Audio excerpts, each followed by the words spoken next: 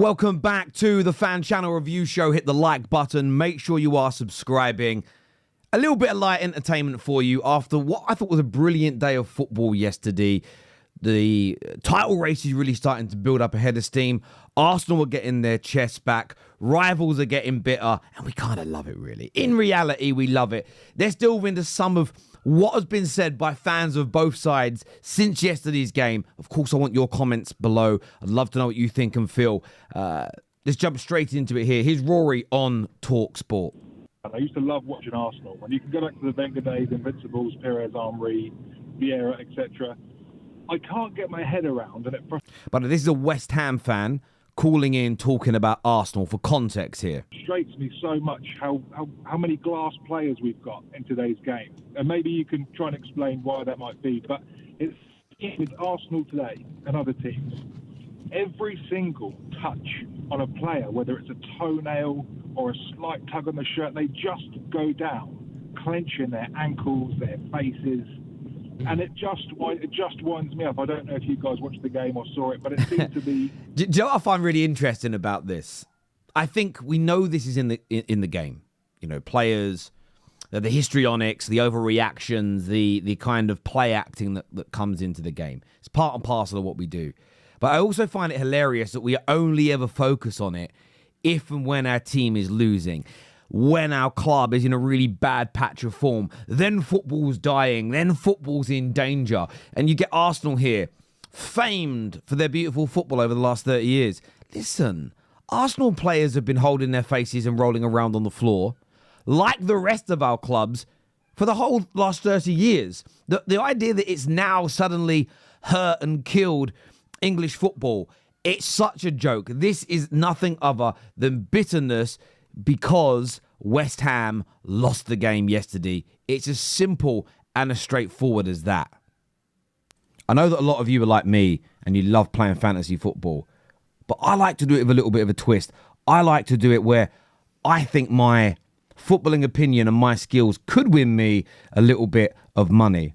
That is why now I'm sharing with you who I'm currently playing fantasy football with, and that is FanTeam. FanTeam offers multiple options each week and each game week for you to play fantasy football, not just a long season slog. The game that I advocate the most, what I'm saying you should have a go at this weekend, is what they call the Big Pick 6. There is an £11,000 prize pool, and it is free. If you sign up to an account with FanTeam today, you get a free entry this weekend to the Big Pick 6. And it's so easy, okay? You literally have to pick 6 players from the selections of games that you can see on the screen right now. The only real caveat is you can have no more than 3 players from the same team.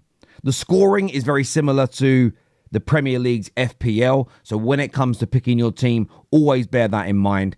It's free to play. It's free to enter this week. The Big Pick 6. Come and play it alongside me. We're also going to be doing a bit of fun on Straight Facts tomorrow.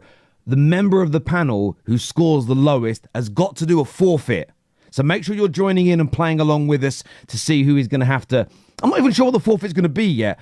I'm thinking singing a song in a rival shirt. But maybe you can think of a better forfeit in the comment section below. But scan the QR code on the screen or click on the link in the description to sign up and play the Big Pick 6. Happening every other second of the game. No, Mike, I know exactly what you mean. I mean, the histrionics and the drama associated with the game is certainly something that I find frustrating, but it's something that we just have to acquiesce to, isn't it? It's something that we have to... Rory's right. It's there. I find the moaning about it weird, and as I say, it's nearly always when a team has just lost a game of some sort. Very square, you can't... Here's another call. Here's another call. Sorry, I pressed play at the wrong time. Here's another call on TalkSport. First thing the West Ham fan says is they won fair and square, but let's take a listen. Saying they won fair and square, you can't... You've got to admit that. You got to admit that. That is a prelude to, now I'm about to throw a negative out, now I'm about to shit on them, now I'm about to sort of deflect away from the fact that my team was a shambles. If they think they've got no total track like back on just because they battered us West Ham 5-2, I wouldn't get too excited about that, because at the moment it's not hard to beat us. Yeah. This is the thing. Arsenal fans are not... A lot of Arsenal fans are still keeping their feet firmly on the ground, if we're being honest. There are some that believe that they're in this title race and will catch Liverpool. But it's nothing to do with just beating West Ham 5-2, scoring 5 goals, being a dominant side. It's what they did away at Sporting. It's what they did last week to Nottingham Forest. It's the 13 goals in the last 3 games. It's why even some Arsenal fans who are not big supporters of Arteta, don't think the squad is particularly good. It's why they think they're going to smash Manchester United in the week. It's why I am fearful. People go, Terry's scared. Genuinely, I don't want to go to the Emirates and play this Arsenal team right now because they're defending well. Listen, I know they conceded 2 goals yesterday. One was a slight mistake. The other was a brilliant free kick. But they're barely conceding goals. Look at their last 3 games. They're scoring. They're playing with a zip to their game. But again, West Ham fan here, just can't take the L. And we've seen this, by the way. The amount of accounts I've seen tweeting stuff after that game. So this huge account here, the EPL Bible, states, what in the world is not a foul? Why is this not a foul on Paqueta here? You can see the leaning in, okay? Why is this not a foul? The goal had already gone in, by the way, but why is this not a foul? Remember, I tell you why it isn't a foul, okay? And this is where people don't keep the same energy, especially when it comes to Arsenal, especially when it comes to Manchester United. There's 2 teams. Chelsea get a lot of this as well. But the reason that's not a foul is the same account and millions of others last season said this wasn't a foul. So if this push in the back on Gabriel is not a foul, okay, which we'll all agree to disagree on, but say, okay, you're right. That can't be a foul. So any West Ham fan, any rival of Arsenal's moaning about the nudge in the back here, remember when you sided with the PGMOL. Remember when you sided with Newcastle. Remember when you nailed your flag to the mast. Remember when you put your view out there. You said that's okay. Since then, all I see is moaning about little nudges in the back that are not given. Keep the same energy. I saw this from a West Ham fan. Both penalties in the push on Paqueta for the first goal are a total joke and none questioned by the pundits. Brownie, bro, I know you're hurting, but let's be honest. Both penalties were stonewall. Paqueta trips up Saka when he was running, didn't even dive. He legitimately was tripped up. The second penalty, your goalkeeper, if he touches the ball, it's minuscule. But I don't think he does touch the ball, and he punches Gabriel in the face. By the way, last season, energy here. Onana conceded a penalty for a similar thing and got away with one, and it was widely condemned. Again, same energy. On top of that, why were none of these things questioned by the pundits? Because they were the correct decisions. They were the only wrong decision in that game was the foul that Rice conceded for the free kick because he wins the ball cleanly. It was a cleaner tackle than the brilliant one from AWB in the second half, and that rightfully was also not given as a foul. I also saw this as well, and this really did make me laugh. West Ham Central here, really good account. I follow them. But obviously it's a scene from The Office, I think it's The Office in America. Hi, Kev. How was your weekend? Good. I watched Arsenal time waste for 14 hours. Do you know what I love about this? Is the fact that when Arsenal used to be really naive and they wouldn't time waste and they wouldn't going do forward, Man United. Julian. My apologies again. When Man United were a little bit he said Man United, my head's gone. When Arsenal were a little bit naive and they didn't have the dark arts and they didn't time waste well, they were slagged off and attacked. Now they do it perfectly. They're also, for some reason, just slagged off and attacked. I find it absolutely hilarious. I really, really do. But let's take a little listen. I want your comments there on what West Ham fans are saying, the bitterness, the hatred, the frustration. Let's take a little listen to what Julian has said here. It makes sense. Going forward, Man United, Julian, how are you ahead of that game? How are you feeling? Because I think you look at it on paper, Arsenal comfortably win that game. Well, you would have thought so because, I mean, I saw them last week against Ipswich and they really didn't look much. And you think that this guy Amarin comes in, we saw what he did with Sporting, and then we saw what Sporting were like without him. And he's taken all his backroom staff, and I think within a few months he's going to get it right. I hope so as well. I do think this game, We'll see what today looks like against Everton. But I do have a horrible feeling the Arsenal game is coming a little bit too soon for us. But hopefully we see the United that we saw last week that was a complete shambles. Now, people are saying that we need a striker. You know, a few people have come there. But, I mean, for me, I just don't see it.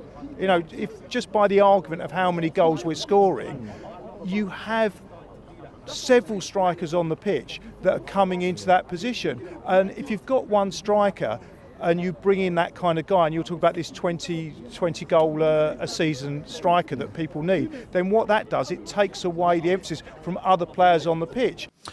I respectfully disagree with Julian here.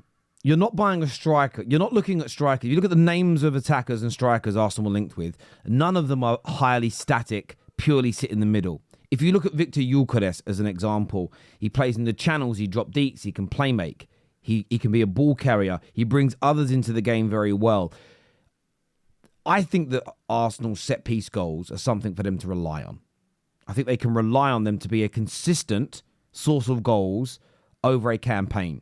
I think across all competitions, they're aiming for between, 15 and 25 goals a season through that, and it's something to rely on. But I also think they could do with another prolific goal scorer playing somewhere across that front three.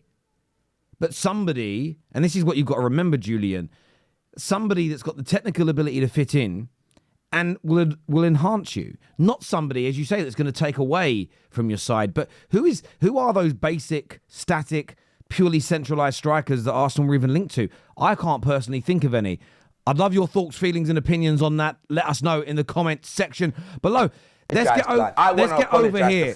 I don't know why they keep doing this. These videos should not play when they get put up on screen, but they're playing up today. Here's expressions on DR Sports addressing his regretful attack on Flex's hairline. Let's take a little listen. I'm going to apologise, blood. I want to apologise to Flex for even suggesting... It's really big of him, though. It's really big of him to apologise. ...in Turkey, blood, because when he took that cap off on weekend roundup, blood, them corners were gone, blood. They need Arsenal set-piece coach. Brother, he looked like Nuno Espirito de Santo when he took his hat off. Brother, I was going to come on the show and ask for a selfie with Lucas Moura, fam. And the wickedest thing is, he kept brushing down what's last of his hair follicles. Like, he kept brushing it down like it was going to grow back. That hair's thinner than Rizzler, blood. Not like Flex Luthor, bruv. What's he talking about? Man want to talk about me fighting with an afro comb. No. Brother, you would dream to fight with an afro comb. Listen, a lot of love for expressions. Also, Flex as well. Always got on very well with him. I know they're friends, so that's what I think we can laugh and join in with this with them. Absolutely brilliant. Go check out Best of Enemies over on DR Sport. Now, I want to thank you all for tuning in as ever. If you want to play today, you have to be over the age of 18. Okay, it's not available in every country, but it's available in many around the world. If you want to play the Big Pick 6 along with myself and everybody else on the Straight Facts teams, you can scan the QR code now. You need to get it done pretty soon, though, because the deadline's coming up by 1:30. You can pick your team. It's free to enter. Just sign up now to a free account. Scan the QR code that's just below X over there, or click on the link in our description. But until next time, everyone, look after yourselves. Take care. Goodbye. God bless. And I'll see you soon. Peace.